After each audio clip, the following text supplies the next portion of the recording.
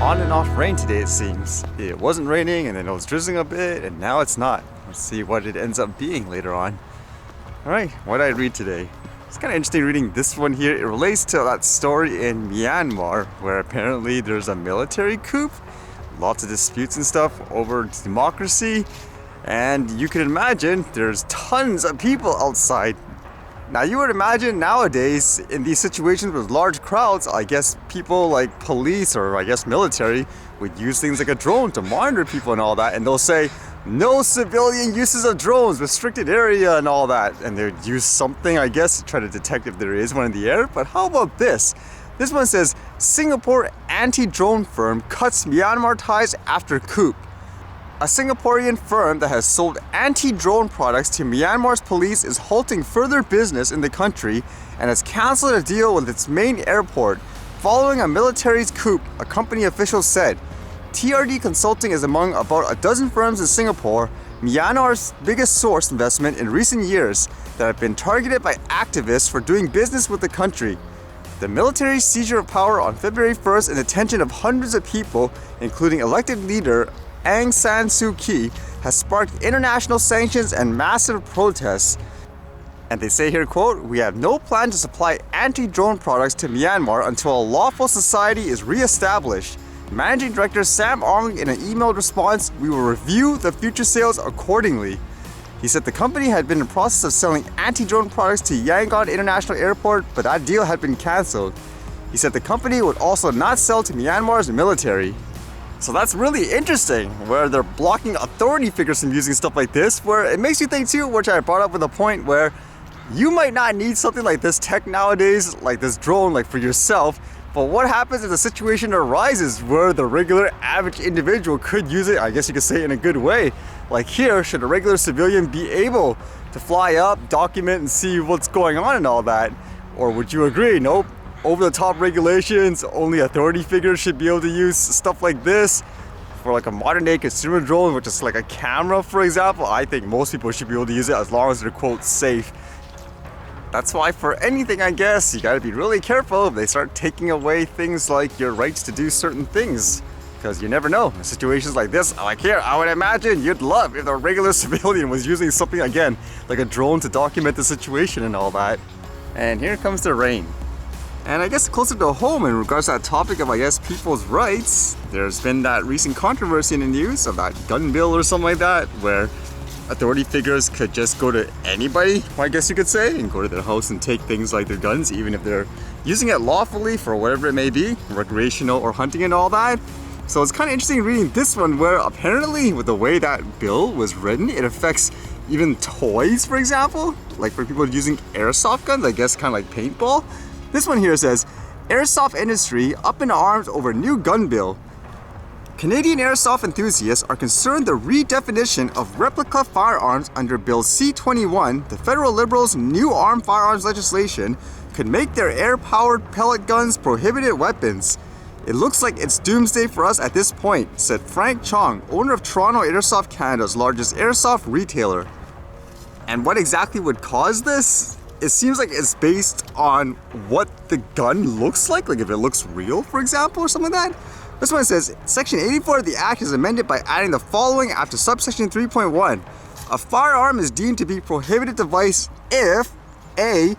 It is proved that the firearm is not designed or adapted to discharge a shot, bullet, or projectile at a muzzle velocity exceeding 152.4 m per second, or at a muzzle energy exceeding 5.7 joules, and B, the firearm is designed or intended to exactly resemble or to resemble with near precision a firearm other than an antique firearm that is designed or adapted to discharge a shot, bullet, or other projectile at a muzzle velocity exceeding 152.4 m per second and at a muzzle energy exceeding 5.7 joules. So yeah, I guess that would technically mean things like paintball guns and all that too, which is kind of weird when you think about it now. So not very well thought out, I guess you could say, in terms of a law where it's going to affect even things like a toy. I guess that's a pretty common thing, right? A bunch of people are just creating something and saying, oh yeah, it sounds like a good idea, and if people don't actually, I guess, do their research, if they don't understand a certain industry and all that, they'll just go with it saying, oh yeah, it makes sense, ban this and all that. That's why I said it's always good to keep open-minded, especially if you don't actually have any practical experience in whatever the topic may be.